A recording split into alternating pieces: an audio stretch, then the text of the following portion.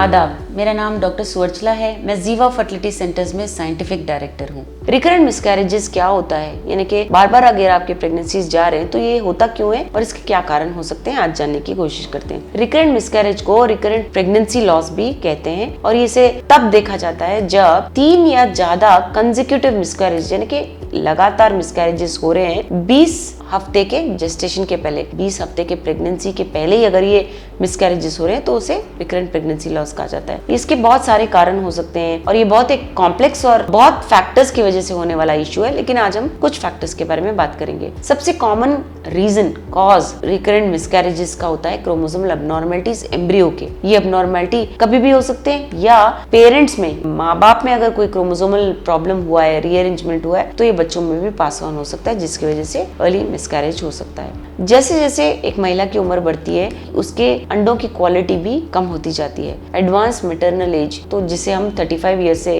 ज्यादा कहते हैं, इसकी वजह से क्रोमोसोमल अबनॉर्मलिटीज ज्यादा देखे गए अंडों में, जिसकी वजह से मिसकैरेजेस होते हैं। Structural abnormalities of the uterus, यानी घर में ही कुछ स्ट्रक्चरल एबनॉर्मलिटीज है जिसे हम यूट्राइन सेप्टम कहते हैं, जिसमें 2 भाग में बढ़ जाता है, या फाइब्रॉइड्स जिसे हम नॉन कैंसरस ट्यूमर्स कहते हैं, या पॉलिप्स का होना, ओवर ग्रोथ ऑफ टिश्यू बढ़ने लगता है गर्भ के अंदर, एडिशंस या स्कार टिश्यू जिसे कहते हैं। अगर ये हो तो जो एम्ब्रियो तैयार होता है वो इम्प्लांट नहीं कर पाता और ये जो प्रेगनेंसी है वो आगे बढ़ नहीं पाती और मिसकैरेज हो जाता है। हार्मोनल इम्बैलेंस भी बहुत देखा गया है रिकरेंट मिसकैरेजेस पेशेंट में, जैसे कि polycystic ovarian syndrome, thyroid disorders, diabetes, luteal fees defect हो गया, जिसकी वजह से हार्मोनल एनवायरनमेंट, वातावरण जो होना चाहिए सक्सेसफुल प्रेगनेंसी के लिए, नहीं हो पाता और मिसकैरेज हो जाता है। अबनॉर्मल इम्यून सिस्टम, यानी कि अगर एंटी फॉस्फोलिपिड सिंड्रोम हो या अन्य कई प्रकार के ऑटो इम्यून कंडीशंस होते हैं, जिसकी वजह से रिकरेंट मिसकैरेजेस होने के चांसेस ज्यादा होते हैं। इसमें होता क्या है कि आपका जो बॉडी है वो एंटीबॉडीज जो प्रोड्यूस करता है, गलती से एम्ब्रियो को भी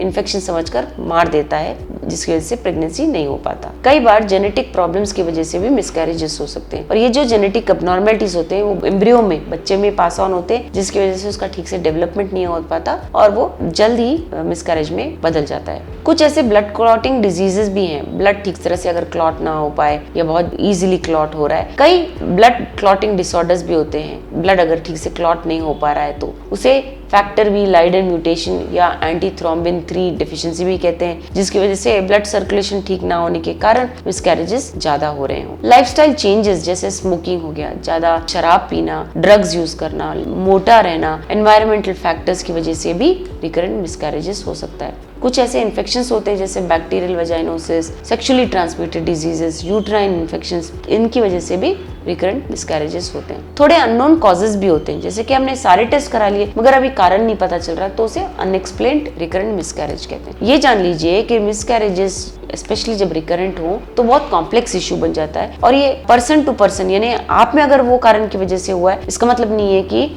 दूसरे पेशेंट में भी उसी की वजह से हो। तरह तरह के प्रॉब्लम्स हो सकते हैं और इंडिविजुअल पे डिपेंड करता है। बट अगर आप अपने फर्टिलिटी स्पेशलिस्ट के पास जाएंगे और ये टेस्ट वो करेंगे और ये जान पाएंगे कि क्यों हो रहा है, तो आपके पास क्या ट्रीटमेंट ऑप्शन है आपको बताए जाएंगे।